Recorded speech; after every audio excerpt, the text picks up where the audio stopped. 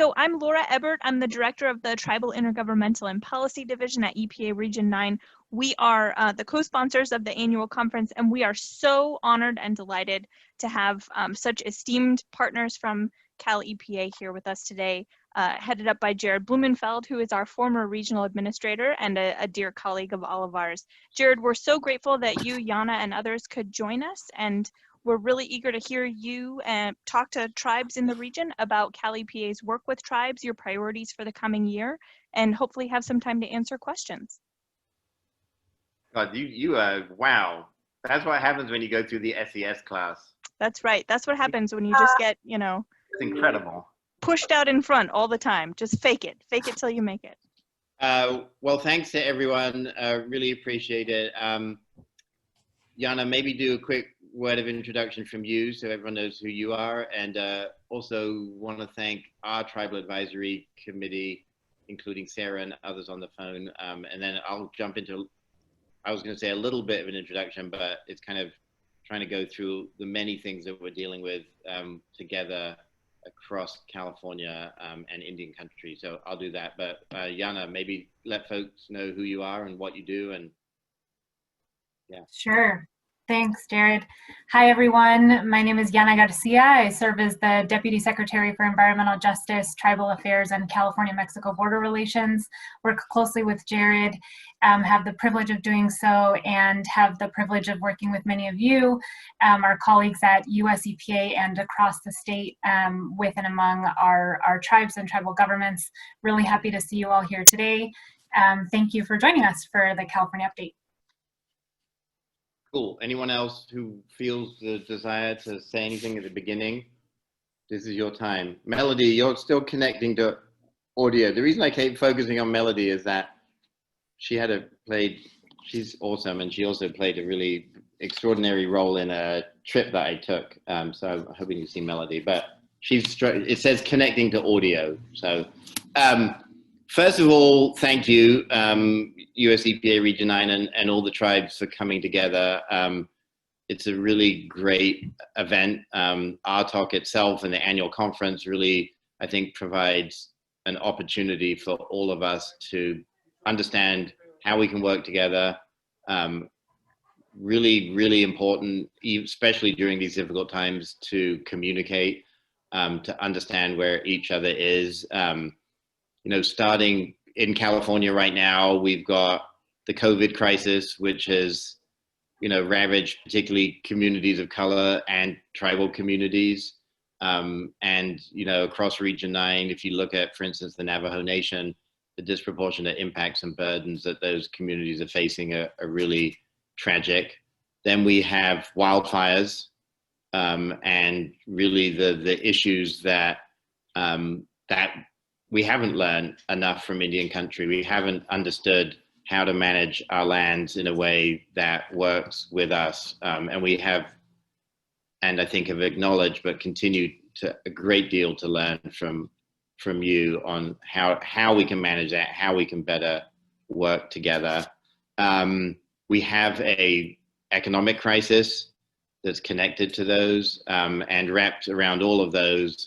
Kind of like one of those Russian babushka dolls, the doll within the doll, or the meta doll is climate change, which is exacerbating many of these factors. When you look at the relationship between poor air quality and increased vulnerability and susceptibility to COVID, or the impacts of the drought on the tree mortality that led now to trees burning and increased risk of wildfire, all these things are coming together. So these are challenging times. The thing that I experienced, I know with Laura and Bridget and Jason and the team at US EPA, the real opportunity to visit with all of you is when I'm in my darkest hour, I think about resiliency. And when I think about resiliency, I think about Indian country.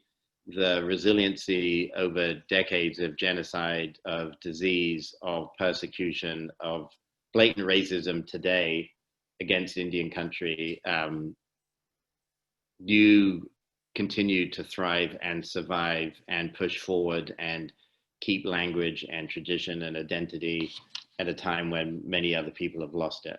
So really take a lot of solace and strength from you all. You know, as we think about wildfires, US EPA and ourselves work together. Just the scale, we're now about 4 million acres burnt in California. The August fire complex is 875,000 acres burnt. You know, any one of these fires is bigger than entire states like Rhode Island on the East Coast. And I think, you know, especially in the national context, people really don't understand the magnitude of these fires. And so, you know, we really appreciate, I mean, there's many tribal members of CAL FIRE, of your own fire departments, really collaborating, coming together. We've had people from Australia, Israel, across the world have been coming to California, working on how to help. And certainly FEMA and US EPA Region 9 play a critical role.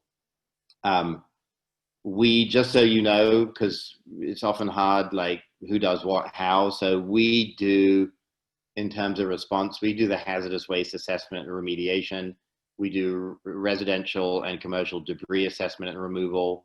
We do environmental health advisories. We do the air monitoring. And particularly Cal Recycle that does the debris removal. So the campfire paradise last year, just to give you a sense of how much the state of California spent on that, it was $2.3 billion for one fire. So when people talk about climate change, they often talk about the cost of taking action. I think what we've seen in California is the cost of inaction is ridiculously high. We are spending more money than we have. We're in a fiscal crisis, the state. We don't get to print money, unfortunately, and so our deficit is at about $54.3 billion for this year. And on top of that, we have all these kind of perfect storm of calamities. But we take our consultation role really seriously. I know Region 9 in particular is a national leader, many ways thanks to Laura and Bridget, in thinking about consultation. Although we are not, you know, we are subservient as a state to federal tribes. We view our role as making sure we do proper consultation. So we have tribal liaisons both at CalRecycle. The hazardous waste side of the equation is dealt with by Department of Toxic Substance Control. And so they have liaisons, and I know many of you have been talking with them and want to make sure that you know there's a place to go. And Yana and I can make sure that everyone on the Zoom has access to the names of the people that are focused at CalRecycle in particular. Last year, we, as I mentioned, focused a lot on debris removal. I think it was more than 12,000 homes and thousands and thousands, hundreds of thousands of tons of material that luckily ended up being recycled. We now have a tree removal contract of upwards of 400,000 trees. And it's kind of brought to our attention some of the issues that we want to make sure under the Federal Historic Preservation Act and our own authorities that tribal monitoring is done effectively. And part of what we're learning, I think, and the governor has really focused very significantly on tribal issues across the state, is the conflict sometimes between what we're hearing and what, you know, our federal and other partners are suggesting is the best path forward. So often the state is in a position of trying to mediate what does the proper monitoring look like for cultural resources? How do we make sure that happens? How do we make sure that those processes are respected? So we've been working very hard on that, and I want to make sure that you feel there's an opportunity now today to talk to Yana and myself in particular.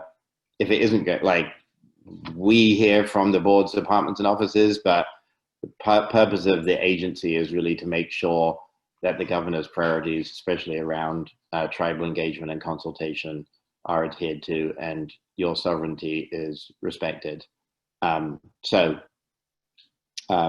There's red flag warnings in 15 counties right now, and potential public power safety shutoffs.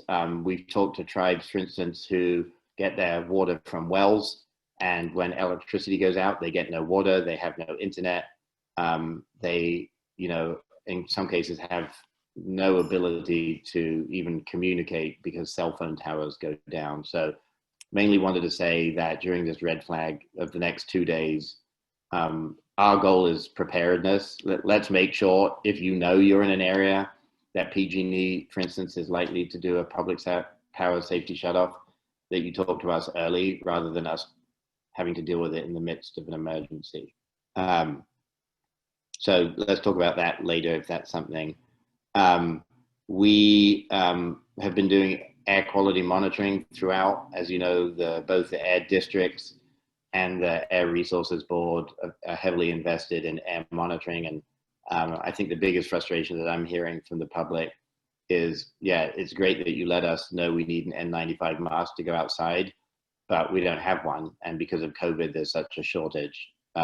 So those kind of issues, Yana in particular has been really focused on trying to help farm workers in California Central Valley, that there's very high levels of COVID, but also very low levels of personal protective equipment. So I can imagine that that might be the case for some of you as well.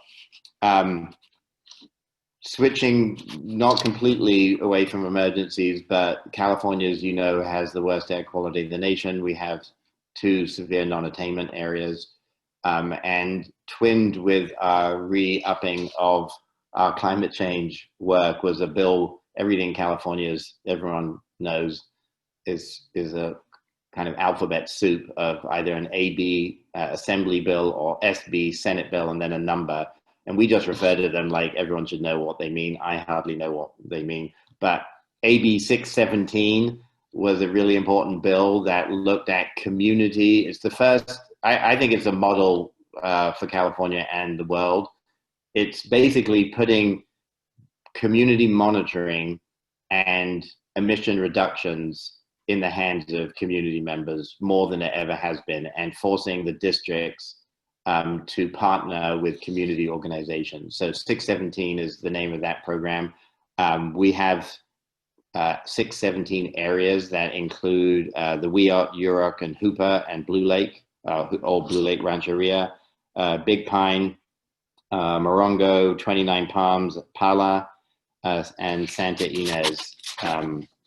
And those projects provide funding to the communities and tribes, and it's a really engaged. So for instance, I was down in Kern County with the Shafter group with Yana, and this was before COVID. They had met within a year. The community group, just the community, had met 100 times in a year. And they had designated where they wanted the monitors to go, what they wanted the mitigation projects to look like. So it's actually really, given that those, I think it's probably more than 10 tribes are in 617 areas and engaged, really would love to involve you more in that.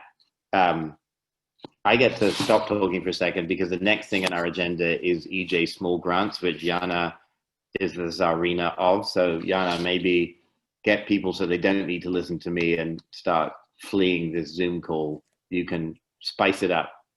Tell us about 617, about the EJ Small Grants, Yana, and I'm gonna get a glass of water. I'm not just getting water. Go for it, Jared. Oh, I just wanted to say hi to Jared. This is Melody C's. I don't have a camera, and Hey, Melody. Hey, Jared. How are you? It's good to see you. How's your granddaughter? She's almost as tall as me. How old is she now? She'll be 10 in another week and a half. Yeah. Melody's granddaughter is like a genius, I swear. She's like the smartest kid I've ever met. So I look forward to having her as an intern in a year or two. I just want to say, Jared, you're always welcome to come back with us. Thank you. We've been waiting for you to come back. Okay, appreciate it. Thanks, Melody. Okay, thank you for letting me butt in. Okay, bye. Hi, everyone. So really quickly, want to talk a little bit about our environmental justice small grants program, and want to take a moment to also introduce my colleague, Melinda Dumasani, who is on with us here today. She is a special assistant for us in the Office of the Secretary. She is the environmental justice small grants program manager and does really great work with so many groups across the state to make sure that we're getting some of these grants out the door into projects that are creative and are unable to find funding often from other state funding sources. So our environmental justice small grants program is a discretionary program that we operate we administer within the Office of the Secretary. These are $50,000 grants, can be up to $50,000, but we've really awarded anything between $15,000 to $50,000 for various projects. Eligible entities include nonprofit organizations and federally recognized tribes. So we award to organizations across the board, all over the state. Generally, we award up to about $1.5 million each year. And the types of projects that we fund run the gamut from projects that are increasing food access, to projects that are reducing exposure to harmful pollutants or harmful chemicals like pesticides or often even indoor cleaning products, projects that involve the identification of beneficial uses of water, which is increasingly something that many of our tribes are working on through partnerships with the Water Board, to various projects that just generally help to educate and inform our communities and build capacity at the community level to engage in environmental decision making. I would say that at its crux, the environmental justice program is for the purpose of building community capacity. So whether that's through monitoring projects, air or water quality monitoring projects, through information dissemination and community-based education efforts, or through efforts to really design new programs from the community's vision, from the vision of many of our tribes across the state. We would love to see projects from any of you. Each year we really look for at least a handful of tribal projects that we can fund. So really welcome you to keep an eye out for that. We should be issuing a request for applications in the early part of 2021 and hope to award by around early summer. So thanks. Thank you, Yana, and the whole team. Really appreciate it. Okay, so next up, you may have seen that the governor did some pretty cool executive orders. First one was on the mandate that all new cars sold after 2035 be 100% zero emission vehicles. It also in there had some work on health and safety, buffer zones around sensitive receptors like homes, schools, hospitals, communities, really working to do that. And then to work with the legislature to ban fracking. So that was the first one. In that context, we have two studies that are coming out fairly soon. The legislature gave us $3 million to do a study with the UCs on both how we get to 100% zero emission vehicles and really reduce demand for oil in the state, and then also kind of what is the impact on oil production in the state. About 30% of the oil that we use for transportation comes from in-state generation, and kind of what does a just transition look like. So those are things that are coming soon. Then we did, I think in the context of that, making sure that each of your communities understands how they can play a role. Both many of you have already, got electric vehicles, low emission or zero emission vehicles, but just working together with all of you to make sure that you're understanding what that means. We met with farm groups this morning and they were like, wow, does that mean tomorrow we can't have a low emission diesel tractor? We're like, no, there's a pathway. We're going to work with you on that pathway. So I think a lot of people were shocked in a good way. Some people just shocked, period. And we want to work with each of you to make sure that you understand what that pathway looks like. And mainly what I'd say is there's 276,000 jobs in the EV space just in California. There's 34 manufacturers of everything from forklifts to trucks to Tesla in the state. And there's 60 manufacturers of electric vehicle parts in the state. So this is, when you think about the high level of unemployment, especially during COVID, and economic recovery, really want to make sure that we're helping all of you on the phone understand what the benefits could be to your tribe in moving forward economically in this area. Then the second, which was last week, executive order, they're coming fast and furious, and the reason for that is the governor, not only has spent a lot of time focused on climate in his career, but I think the wildfires, the orange hue to the sky that was kind of more than post-apocalyptic, just led him to declare that we're in the middle of a climate emergency and that we need to take action. And so our agency with resources and others is really looking at how to make that happen. So the next issue is biodiversity. We set a goal last week of conserving 30% of the state's terrestrial and coastal resources by 2030, the 30 by 30 goal. It's going to take a huge amount of time and effort. That executive order in particular, when you read it, focused a great deal on the expertise and indigenous tribal knowledge that you all have, and how we internalize it and make sure that we listen to and understand your perspectives and voices. So there's a number of collaborative, there's a biodiversity collaborative, and there's a collaborative around natural and working lands and how to sequester carbon so that we can set a clear goal. California is going into a scoping plan, which is a very robust policy plan for how we get to 2045 carbon neutrality. And in that context, we're not going to get to zero in terms of reducing our emissions. And whatever is left over, we need to sequester. And so that's why these options about using the land, natural systems are going to be important. So really want to bring everyone's attention to that. And if you have read them and have questions, I can answer them. And if you haven't, I can talk more about that. You all are doing a huge amount. And I know in the context of the annual tribal conference, there's been a lot discussed about the particular things that you do.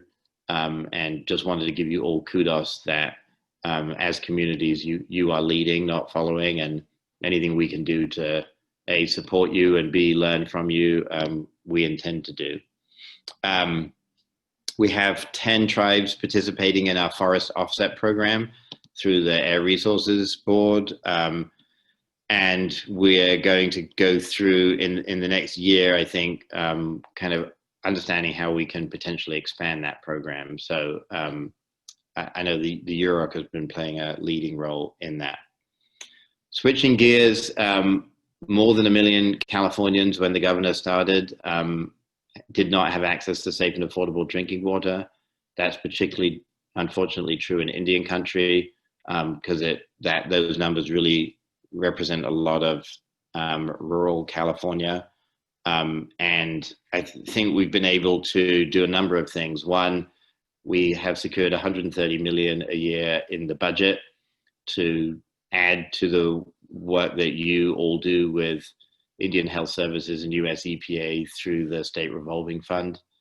So really look at how do we make sure that we're not setting up very isolated rural communities with very expensive systems that we don't then have the operation and maintenance to be able to fund.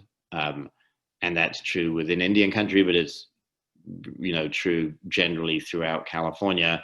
And it is a form of institutional racism. Basically what we've said is we're going to do these things we're not going to connect communities of color to large systems, large cities. We're going to let them, whether it's mobile home parks or very small communities, we're just going to let them be out there. And there's all this resistance to connecting them.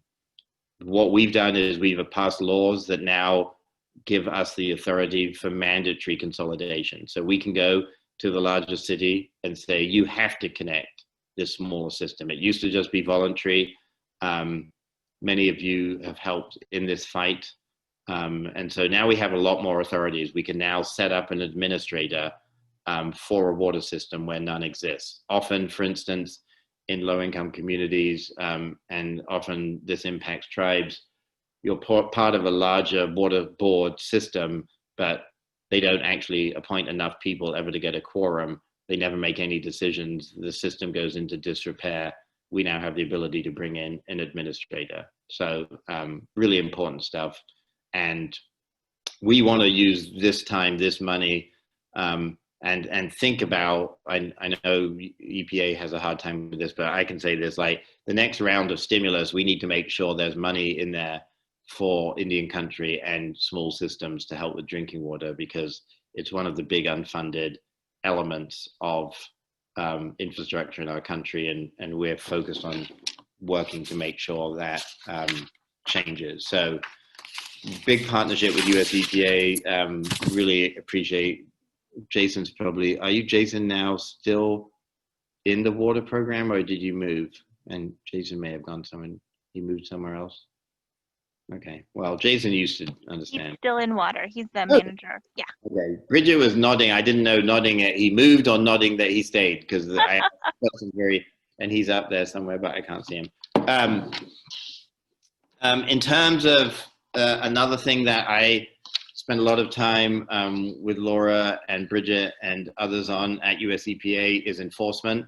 We really appreciate the role that you play with us. And Amy Miller is certainly a very strong partner for us at the state. And we really enjoy working with her and her team. You know, an example that I always use that got me into a lot of trouble, I'm not sure why, but was the Samoa pulp mill. The Wiyot tribe told us that this thing was about, you know, ready to collapse. The state folks at the time had given it a clean bill of health.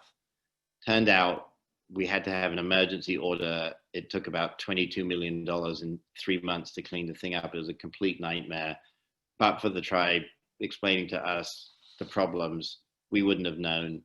And we could have had a really, really, really serious release of sulfur and other contaminants into both the Pacific and Humboldt Bay. So we rely on your eyes and ears, and where there's opportunity to do joint enforcement between tribes, US EPA, and the state, we welcome that.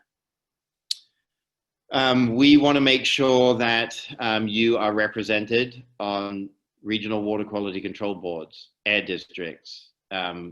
We have a California Department of Food and Agriculture and Department of Pesticide Regulation. All of those have different bodies where we want to make sure we have tribal representation. So I know you are all incredibly busy, but one of the things that would be great is getting your ideas, and you can send them to Yana, of people that could serve on different, and you don't need, if they're people that you know, tribal representatives, or members of tribes that just want to participate on, and they're not particularly focused on any area, we can find an area that makes sense. We really want to make sure we increase participation on boards and oversight bodies at the state and bring your voice, your opinion, your membership to the table. I'm nearly done. So I guess I'd finish by saying, while you know the relationship between the state and tribes has been not one that we are proud of, and the governor, you know, I think focused on this and really said, you know, in the history of the state of California, there have been genocides, there have been, you know, atrocious acts of cruelty taken against tribal members and tribes in California, that we need to reset. And so this year, we're going to host the second annual tribal conference at the beginning of November. Hopefully, all of you and your electeds will be able to participate. And Yana can send out more information on that. And in addition to that, we've got a series of executive orders that relate to our work and relationship with tribes that really, the goal of the governor is really to first of all, formally apologize, which has not happened, unfortunately, until this governor. And then secondly, understand what it means to build reconciliation. How do we do that? So someone that Jana and I work with a lot, Christina Schneider in the governor's office, is the governor's advisor on tribal issues. And I would want at some point in the future for her to meet with all of you. She is very focused on making sure that our relationship is one based on an understanding of your tribal sovereignty and your ability and our goal for you to have self-determination as government. So I will stop there, and it's probably a great time to open it up to questions, and just shout your question. And if you both shout it at the same time, Laura will pick which one gets to go first. You know, just really quickly before we go to questions, if you don't mind, Jared, there are a number of tribal liaisons that I see here in the group from across the agencies. So if our tribal liaisons, I do see Tracy, I see Moy, and you know, Sarah is part of our tribal advisory committee. If there are any other tribal advisory committee members, if you could just quickly introduce yourself and say where you're from. Starting with the TAC and then, hi Sarah. Jana, this is too big a group. You have to orchestrate now. All right, Sarah, let's start with you. Yeah. So Jana, no, I'm leaving it to you. So Jana, you just say, now I'd like this person to speak, because otherwise, like, no one's going to. Everyone's so polite, so nice. No one's gonna, Sarah, let's start with you. All right. Sarah Ryan, Deputy Tribal Administrator and Environmental Director for the Big Valley Band of Pomo Indians and the CalEPA Tribal Advisory Committee Chair. Thank you very much, Sarah. Just before we move on, do you want to say anything about, like, anything that, like, people, if they want to get more engaged, or what role you would want people to play? Thanks, Jared. Yes, the Tribal Advisory Committee meets quarterly, and now that it's virtual, at least for this year, it seems to be a lot easier to participate. The last year and a half, we've done these deep dives into the different boards, departments, and offices of CalEPA, and so you get to learn more about where to find things on their website, what they do for enforcement, their tribal consultation policy, how to get local information about the programs that they're running within the board or the department, and that information is actually on the Tribal Affairs website for CalEPA. We could post it in the chat, so you can just see the PowerPoints that have been there or that have been given for the last year and a half. And we're going to continue to do that, especially so that tribes in California will have a chance to really, be able to work with these boards and departments and offices of CalEPA. It's great to work closely with them. They're a great group of people. The tribal liaisons are really helpful, and there's a lot that they're doing that tribes really have an opportunity to be involved in. So thanks, Jared. Thanks, Sarah. Melinda, do you want to introduce yourself quickly? Yes, this is Melinda Dumasani. I work with Jana and Jared at CalEPA. I have the pleasure of working in the Tribal Affairs Office.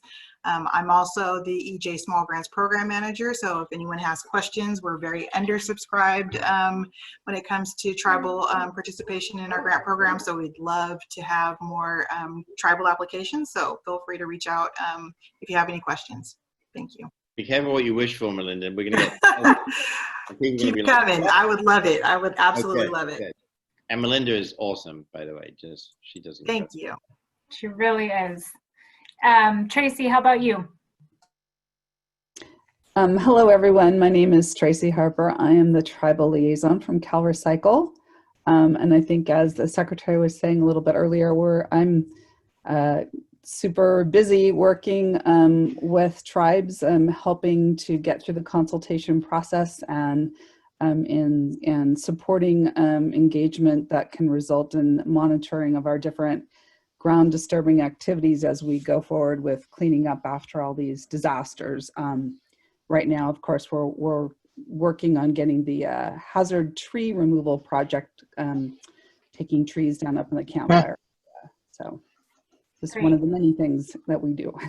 Thanks, Tracy. Yeah, if people don't know Tracy, they should, because just that one project is massive and it affects a lot of communities.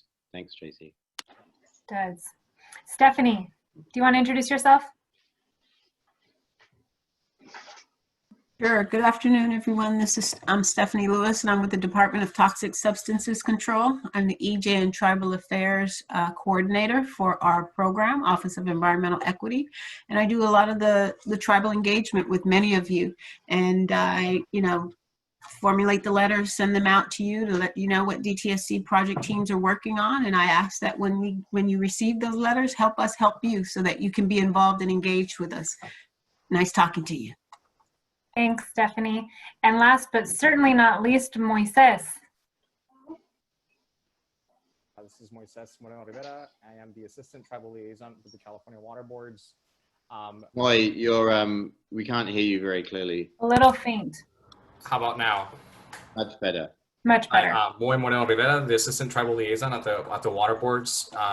And also one of my roles right now is helping coordinate all of the tribal beneficiary uses communication. So Lisa, thank you for your question. If any tribal governments have any inquiries regarding cultural protections of water, please send them my way. I'll put my email on the chat. Thanks, Yana, and thank you, Secretary. Thank you, Moy.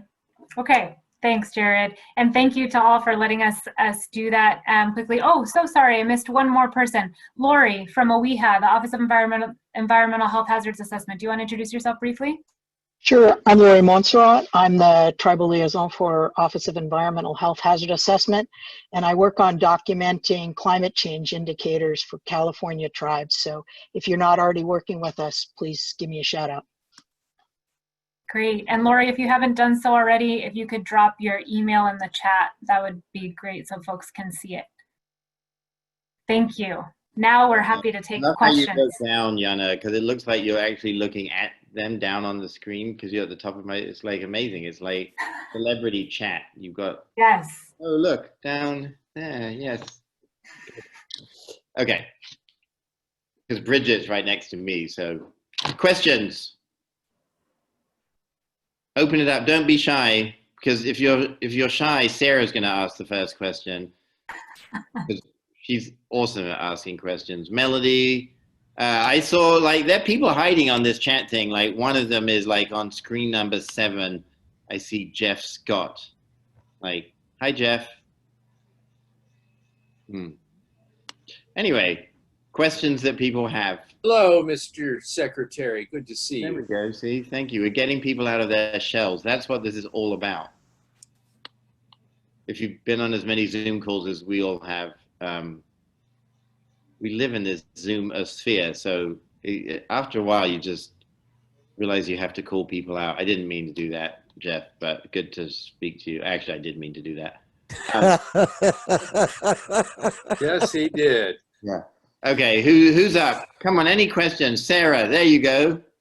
All right. For $400, Sarah Ryan in square number 5. This might be a $1,000 question though. Okay. Okay.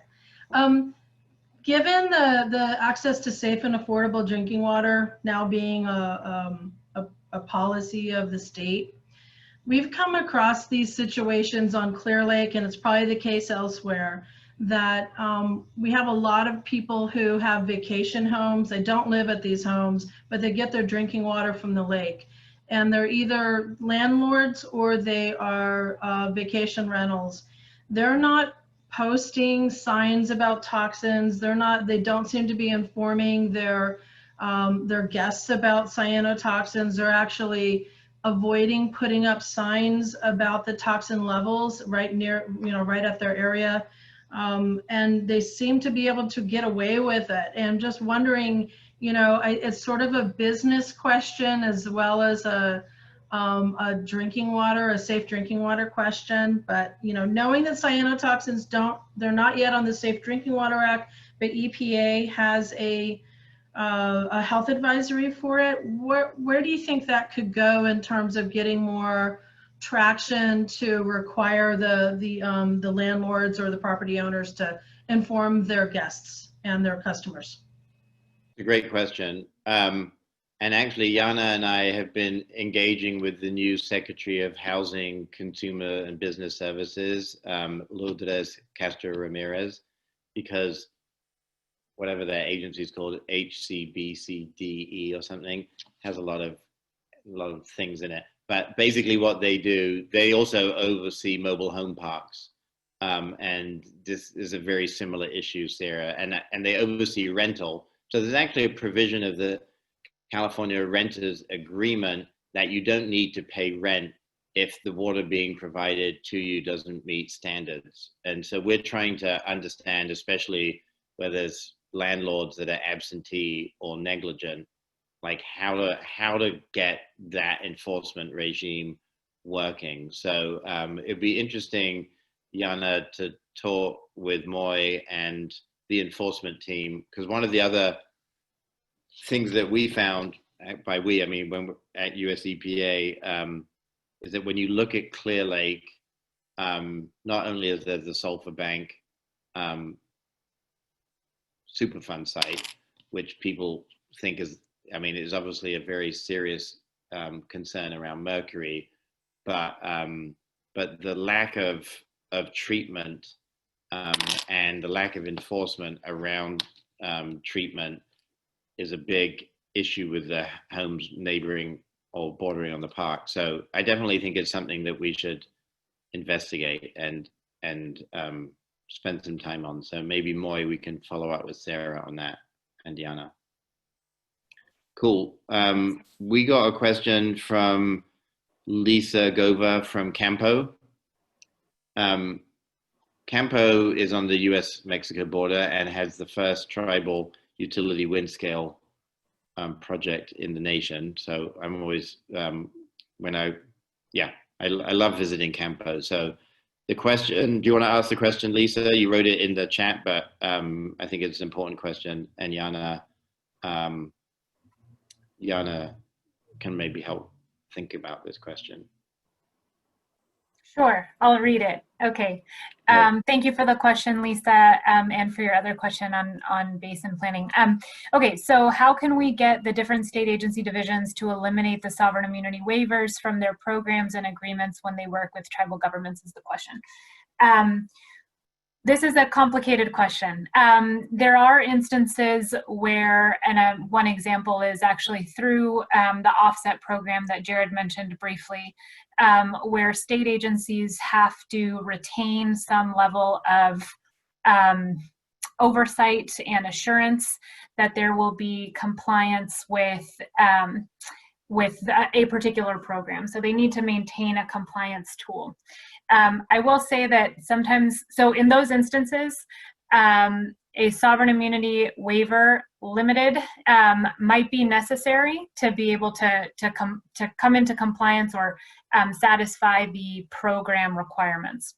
What we've been doing a lot of recently is talking to our legal staff at within various divisions and programs and across various agencies to think more about where we use that limited sovereignty language almost sort of by habit and by default, particularly in some grant agreements. And so we are actually working pretty actively, particularly with our legal staff, to understand where it's critically necessary and where we might not need to use that type of language, the limited sovereign immunity language, where we could use alternative language that would have the same effect but doesn't have the same weight and same impact and deterrent, really, from getting good partnerships through with tribal governments for some of those programs.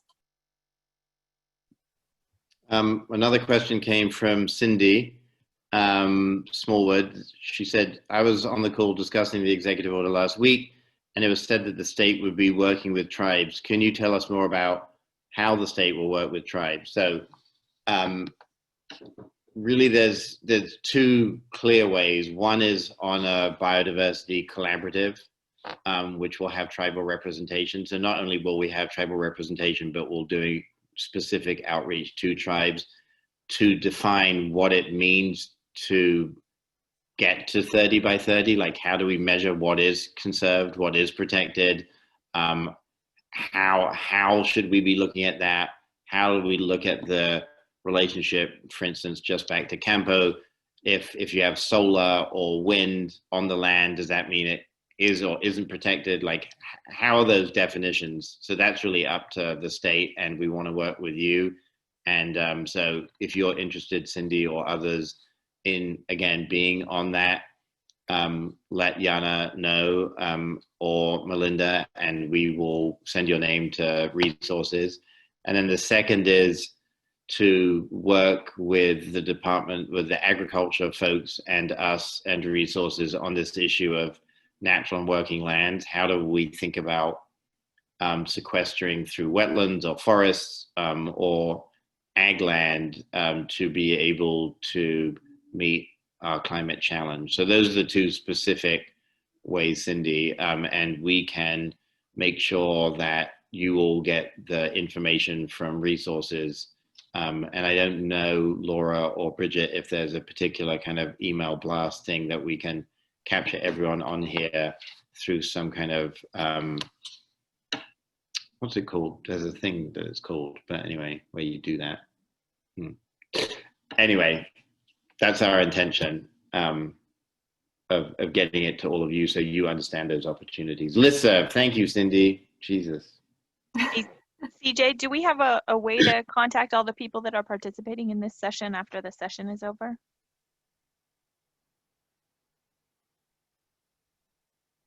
We can pull from the chat box and see everybody who signed in, and from there we can go off of that. And I think most of the emails we have from the registrations. Melissa, but you're if perfect. anybody Thank wants you. to drop them, they can. That's great. Oh, there, see, there's the listserv. Estimate, okay. Oh, sorry, that was Stephanie from Tejon. Sorry. I really am really bad. Maybe you guys can teach me. This is not anything to do with normal work stuff, but multitasking. Like, I see the chat coming up, but then I can't really focus on it. And yeah, anyway, but listserv, that literally, you read my mind, Cindy. Thank you. Okay, I think yeah. we're all working on meeting management Everyone skills. else makes me feel, Yana, like I'm the worst at it. I think that's just people want me to feel bad at it. Okay, Yana, can you give an example of how coming into compliance with the state regulations, oh, okay, we're back on this one, would require a waiver of limited sovereign immunity? So bear with me here. I think this is not everybody's favorite topic. Probably I'm not the only one. Well, Yana, before we do, I just want to make sure, because this sounds like it's like a 5-minute answer and we have 5 minutes left. Yeah, so I just want to, you can put your email, Yana, in there, and you and I've lost it, Jim Bowie from Bear River could maybe have a discussion, and then we could let people know what the answer is, because I want to make sure we have time for, in the last 5 minutes, of everyone's. I think that sounds great, and Melinda just put it in. I would also just add, you know, the person who I'd have follow up is one of our really great allies in a legal department at the Air Resources Board. She's a tribal member herself from the East Coast. Her name is Shannon Dilley, and she is the tribal liaison for the Air Resources Board and has been doing a lot of really great thinking around these issues and training for her staff. So she would probably be the best person to get back to you specifically about the carbon offset program. And it could be, just saying, Laura, it could be a great little breakout for the next RTOC meeting. Very true. Yeah, so we don't want to give away all the goodies about limited sovereign tribal immunity, which, yeah, we should make into a bumper sticker, perhaps. Okay. Oh, sorry. Any other questions? Sally, okay. Hi, Sally. Good to. How's the Owens Valley PM10 fight with LADWP going, Sally? I thought you said we only had a couple more minutes. It's going kind of well. Is it worse? Like the last time I came and visited you guys, it seemed like things were going a little better, but maybe it's not. The PM10 is down from the lake bed. It's up from the fires, certainly the PM 2.5. And I think Jana and Melinda have maybe the latest on some of the DWP issues, but thank you for asking. Any other questions that you have, Sally, while you have the floor? No, but I also did mention I'm interested in this limited waiver of sovereignty. I know, I saw that. I know, Yes. I was ignoring that. Yeah, I know. I do. For Tracy, actually, it's a big one. So maybe another topic for our talk, but that is what happens with all of the CRV money that's collected by the state of California. It seems like recycling centers have been closing and there's a lot of changes and still people buy these drinks. So I'm just wondering about that. It's a great question.